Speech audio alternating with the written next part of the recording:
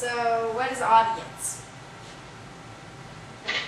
People who read it? Yeah, the people who read it. Very good. And what about perspective?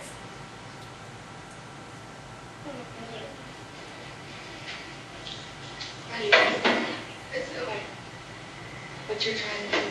Make the people. Well, perspective is the point of view from which you write it.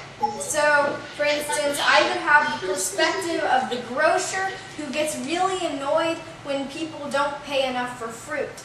Or I could have the perspective of the person buying fruit who's angry at the grocer for charging too much. Or I could have the perspective of the policeman who comes when the grocer calls him and gets annoyed because it's so trivial. So those are examples of different points of view or perspective.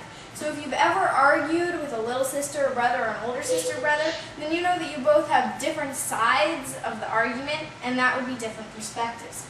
So when you're reading the writing prompt, ask yourself 3 questions. What is my purpose? Who is my audience? And what is my perspective, or my point of view? So starting with, what is my purpose in writing this? Why am I writing this? Is my purpose to persuade? So if you're trying to persuade somebody, to convince them to do something or to believe you, then that would be persuasive writing. Would anybody like to tell me an example of persuasive writing? So where do you see persuasive writing?